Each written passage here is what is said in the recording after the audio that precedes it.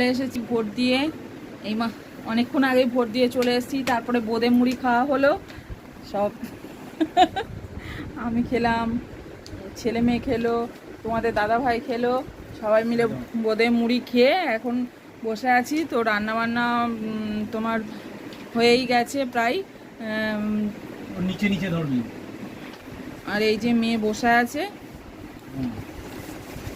মেয়ে বসে আছে পড়াশোনা করছিল। আর ছেলে ওদিকে খাচ্ছে, ছেলে বোঁদে মুড়ি খাচ্ছে।